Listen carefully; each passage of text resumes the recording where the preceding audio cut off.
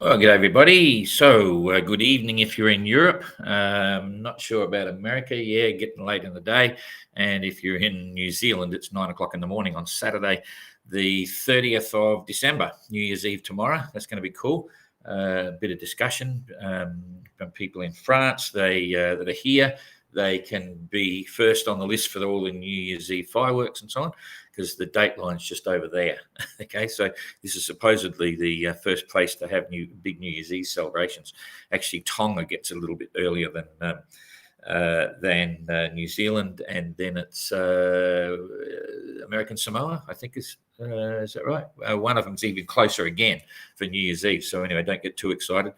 Anyway, I hope you've all had a good Christmas break and all that sort of stuff. We've been off the air. Everyone's relaxed. We're still in touch with Sterner and Explorer regularly. They're chuffing along. So we thought we'd better give you an update and start to look at ETAs and everything as well. Whilst the team's been off, there's been little things coming up, and we've got another meeting soon and bits and pieces. So it's been cool. The weather here has been a bit average. It's been raining and so on. So, but at least not as cold as Europe probably. And yeah, all good. So let's go have a look at the tracker. And if I go over here, so there's Sterner, just down the southeastern corner of New Zealand. They've just altered course a bit, which is good because they were heading up in a pretty strong northeasterly direction, the same as Explorer, and it's not a good move because there's a big high coming, and if they continued that, they'll be parked. So we sent the message again to Explorer to stop going north and start heading east, because you'll see how the weather progresses. Anyway, for now, Sterner's looking pretty good, 7.4 knots, and they did 129 in the last 24 hours. I'm not sure why. I hadn't seen it till I got up this morning. It looked as if they'd had pretty reasonable breeze. Maybe they had an issue or something. I don't know, because you can see here, they absolutely took off in a northeasterly direction, but they were making their east, and now they're back east again. So maybe it's just during the night. They could have just been taking it easy. I'm not sure. Pretty solid southwesterly winds there at the moment. That's up around 30 knots, gusting 40. Seas will be around about probably 4 or 5 meters. Let's have a look here. Yeah, that's 4 or 5 meter seas. So maybe they just took it easy for the night, and now they're back on track again once the sun comes up. That could be the way that was going. Anyway, seeing we're here, what currents have we got? Nothing dramatic. Some of you may have seen the Sydney Hobart race, and in fact, the East Australian Coast Current, that's all up here. Lots of different currents up there. But anyway, it was a pretty exciting finish to the end of the Hobart. That was just by 50 seconds or something. Anyway, so back to the winds. So Explorer's taken a little bit easier on what's going on. They've got lighter winds, and it's actually, can't work this out. They're still holding that, and that's current position. Yeah, 2001. Yeah, that's correct. And they're still holding up there. They wouldn't have got, because I'd given them some instructions previously when they were down here. I said, make easting every opportunity you can. And for some reason, they're climbing northeast. But anyway, they know what they're doing a good job and slowly getting there. But we've warned them now that going forward, in fact, they can only afford to go another 60 miles north. That's it in the next 3 days. They've got to end up over here, or they're going to drive into the center of the high and park for about 3 days, and then have three days of headwinds, which will completely kill their ETA. So we just sent them another reminder, and hopefully they have a look at that. But who knows? The weather forecasting could be a bit suspect. They're getting their own weather forecasts at the moment. They'll be getting weather facts as well, getting good weather reports from Australia, and they will be getting reports from New Zealand as well. So they're obviously doing their own decisions on what happens. But here's what's going to progress. If I come up here, geez, I haven't done the tracker for so long. I'm all thumbs and forefingers. Okay, so just pushing it through slowly. That southwesterly gradient here is going to hold for 2.5 to 3 days. So this is coming into 24 hours. You can see fantastic sailing, great opportunity to go east. And I think you're going to see that with Sterner. They know what's going on as well. And Explorer should be doing the same. This is going to be a classic approach to New Zealand. What we're always saying with the other boats, you can always count on, if you don't get any weather forecast, just get over to the coast here and assume you're going to go up the west coast of New Zealand. And that's the way it's probably going to pan out. So carrying on, you can see this westerly goes through the 30th, 31st, and you can already see the center of the high coming, this particular high coming in here. So I go about that, there's the high. And if you get up here, you'll see what happens. You just simply can't afford to do that, because there it goes already. It's going to, and the center of the high has got another cell that's opened up at the bottom here, and it's going to come across. So if you look at this, you see it's dangerous ground going any further north, but beautiful breezes coming up the west coast for now. So that's on the 1st. So this is coming to 2 days out. And I'm suggesting to Mark, he's got to get coming straight across here. He needs to, I gave him a waypoint about 5 days ago. I said, this is where you want to be, over here, to keep away from this no wind up the top. You would have seen what happened to White Shadow, and it looks like a bit of a repeat. It's going to go soft, but you can see just along here, there's still a wind gradient below that. If they keep coming up here, they're going to just basically park. So they've got to get to the east. So this is by the 2nd. So it's 3 days out. And in 3 days, they should be over about here somewhere. Okay, we don't want to be up here.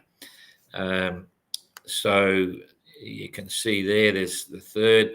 And you're still, at that stage, if they got over here, they will actually be running quite well up into the pocket here of the North Island of New Zealand. So they still want to hold here, because you'll see what happens in a minute. Hang on, I can't go up any higher there. You'll see it's going to, the center of the high is going to come over the top of New Zealand. So that's where you'll end up in a bit of a challenge. But even if you drive up to here, it's pretty good. So, and this is on the 4th. Let's go fully into the 4th. So there's about 5-6 days. So in 5 or 6 days, if that's 5 to 6 days, 2,000. So that's nearly 1,000. Let's say 700. Yeah, they'll be up here then. So they'll be parked. But if they can get right up to here, they'll park. And at that point, what will happen is you'll see some light headwinds come in. And it's okay going to windward on light headwinds. You can see here that the cell's going to be right over the top. There's nothing you can do. If you're over here, you've got a problem, and you would have parked, you wouldn't be up there, you'd be down here. So they're going to go slow, and this will affect their actual ETA into Auckland. But it's still not too bad. And then you've got a light, within a day, you've got a light following breeze coming, and then you've got all the fluffy, fluky stuff getting around the top. And then back down to New Zealand. And again, it's okay, get to Rianga, then you've got a bit of headwind, and then you've got to try and come down. And this is similar to what happened to White Shadow.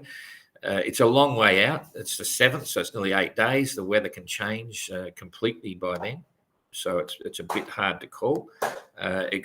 Sterner, if we come back here, we pretty much focused on Explorer then.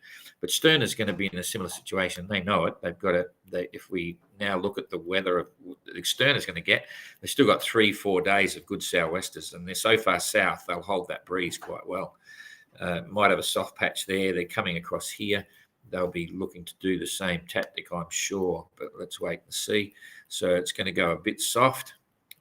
Okay, a bit soft, but if they hold down, they'll ride these across the bottom and then hook up. I think Sterner's in a little bit, because of the weather, I'd say they're slightly worse position than Explorer because of this center cell there. It might slow them down a little bit, but but overall, I think it's a pretty reasonable position. So they'll make their average speeds and all the rest of it. So if we then look at distance to the finish, okay, Explorer's got 1,037 miles, 38 miles to go. It's always a reasonable assumption that you're going to get 1,000 miles a week. That's fair enough, And so I would expect to see Explorer coming in. You're going to, because of the fluffy stuff up the top of the North Island, New Zealand, I would think she's probably going to come in on about the 8th of January. It's going to be a little bit more than a week because it's going to be slow going to get around the top and back down. So the 8th is a realistic expectation, I reckon. And on that basis, that would suggest that Sterner might be 3 days behind. at the moment, the distance behind for Sterner is about 375. Normally you'd say that's 2 days, but I think adding, 2 days if you're making 180-mile days, and they're going to be going slow, so it's going to be about 3 days, I reckon. So if Explorer gets in on the 8th, I think we'll see Sterner come in a couple of days before the restart. And if Explorer's in on the 8th, they should have a crack at getting around and making the restart to Punta del Este in Uruguay with the rest of the fleet. For Sterner, I'm not sure. They've got a few things to do, but we'll have to wait and see. Anyway, I think... hang on a sec. I'll go back here. I think you're still on the tracker. Yes, I was just moving off the tracker. Let's have a look at the leaderboard, because I just want to explain a couple of things there. On the leaderboard, forget about line honours. You saw what's going on there. Although we can look at line honours here for the finish for ETAs on Explorer and Sterner, just to confirm what's stacking up. So based on the recent timelines, this is the one up the top here. I don't know whether you can see that. You've got 2 spots. You can have recent or from the start. From the start so far, Sterner has averaged 4.4 knots and Explorer's only averaged 4.8 knots, because remember, they were so long in port in Cape Town, that's distorted their actual average speed all the way. But nonetheless, 4.8 knots, that's it. And on that basis, if you were just averaging 4.8 knots with the distance to the finish, even this leaderboard is showing an arrival and the estimated time of the finish of the 7th of January. Now, normally you'd say it's going to be easy to crack 4.8 knots. So that's why I'm saying add a day, 8th of January, that's about right. If we look at similar averages for Sterner, it's suggesting the 12th, which is what I think is, that's about right too. It's going to be a couple of days before the restart. So, but that's from the start. If we look at the recents, if they can keep if Sterner can do 5.5 knots, they'll be there on the 9th of January. But you're not going to do that all the way, because there's all the light stuff coming. Same with Explorer. She's making an average of 8 knots in the last few hours, sort of thing. So that'd put her there on the 4th of January. Not going to happen. All right? So that's that. But now just coming across to IRC. The IRC rankings here, for those that are online watching this, are settled now. We had a couple of little issues. One of the big blunders was Galeana with Secure. Unfortunately, we got the wrong date back from the finisher, and no one picked it up. It was 2 days out, so they had 2-day advantage on the fleet. But that was corrected, and now this is the final rankings for IRC as you see it for leg 2. We'll combine those with leg 1 in the next few days, and we'll see an IRC leader based on overall for the last 2 legs. So Translated 9 did crack line honours and IRC handicap winner for leg 1. That's pretty much there. And the rest of them, reading them down, is exactly the way it officially stands right now. Only Explorer and Sterner are outstanding, and they're yet to be seen when they get to the finish, but they're not ranking on this leg, so they have no IRC ranking. It's only the first leg of the race. Okay, I think that's pretty much there. So if we come back here, what's happening on Sterner? Wrong one here. I'll just look at the comments in a sec. So what's happening to Sterner? Sterner, as you know, repaired their steering cable when it broke. They've used some Dyneema, I think it is, or high-tech rope anyway, not wire. And they're very happy with the repair. It's stretched and settled in after the first couple of days. So they retensioned, and everything looking good. They think it'll go for the rest of the race, but they're going to sort it properly when they're here in Auckland. They've got a few jobs to do. On Explorer, they've got no engine, but we've got everything on standby for that with injector pump and fuel pumps and fuel lines and bits and pieces. But they had another interesting one, which I've never, ever seen or heard of on a Swan ever. And if anyone's out there with a Swan and wants to correct me, somehow they've lifted about 1 metre of the Genoa track off the deck. So I'm not sure exactly how that would have happened because those sort of issues, when you talk about Genoa tracks, it's incredibly structural. It's engineered into the boat and the structure under the deck with backing plates and all that sort of stuff. But somehow it's about 1 metre of the track is lifted, which is not a good thing. So that's another little job to do. But if they get in on the 7th or the 8th, you can usually figure on getting everything done within a week of arrival, and the crew will have been refreshed within a week as well. But they're all going to be very busy. They'll get a bit of time to sleep and have a shower and eat some proper food and stuff. But generally, they're really happy. Everyone on board is happy. Looking forward to getting here. I'm happy at the moment. They don't, even though they don't have a motor, it looks like they'll be able to sail. They would have got here quicker if they had the motor, because they could have motored through some of those calms that are going to come up. So there's still the risk of sitting there doing nothing for a few days in the calms, but I think it's a possibility that they will arrive about the 8th. And we've got 3 crews swapping over. Our young guy, we've got a new youth crew, we've got another crew member from Punta del Este in Uruguay, and we've got Catherine coming back, so that's all cool. All right, let's see what comments are here. There's a few people watching. So evening from Plymouth. Hi, Paul. Big news is also 580 final days. Yeah, the if you're not following the McIntyre Globe 580 Transat, it's pretty hot. First boat should be in by now. I haven't had a look yet, but they should be in, and that's kind of cool. Our little 19-foot home-built plywood minis racing across the Atlantic, and my boat, which is sailed by Ayrton Biscardi's, is still there. When I say my boat, Ayrton's sailing it now. His ex-GGR that's his qualifier for the Mini Globe race, which is next year, which sets off around the world in these 19-footers, 5.8 boats. And he got hammered on this one. He had 70 knots and big seas and got knocked down, wiped off a bit of gear off the deck. But the boats are built, as we say in Australia, like a brick dunny. They're really super strong, designed for that. Best lifeboat in the world. They still have life rafts and all that sort of stuff, but some classic little stories coming out there. And you can watch the lives on the finish. If you're sitting around getting bored, wondering what to do, check it out on Facebook, and you can watch some of the lives. Lutz is down there. Lutz is also he's the race director for the Globe 580s and assistant race director for the OGR and so on. So they're having a bit of fun.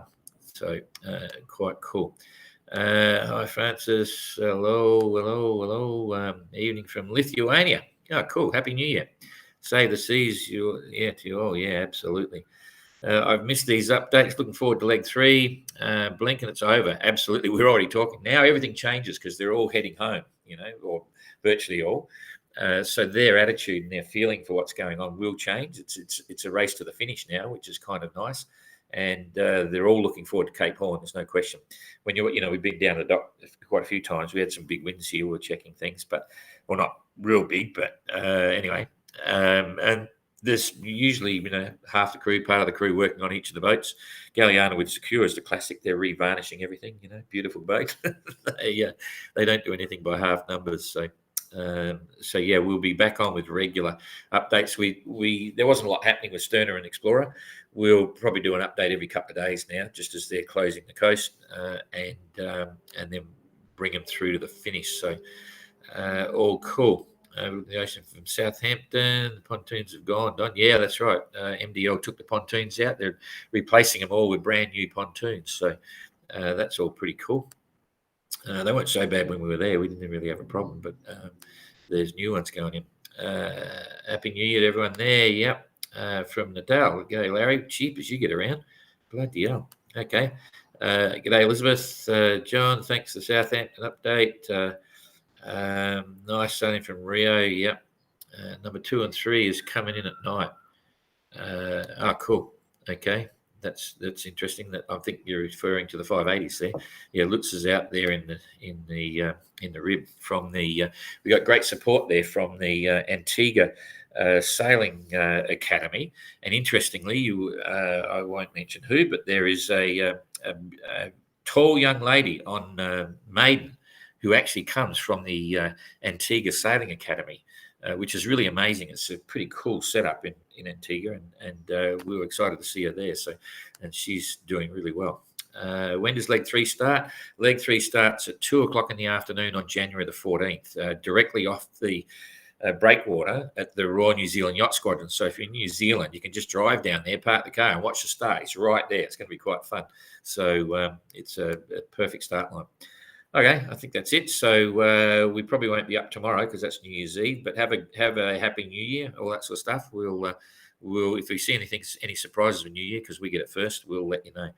Okay, have a good one, and we'll look forward to things moving ahead towards the finish very soon. Cool.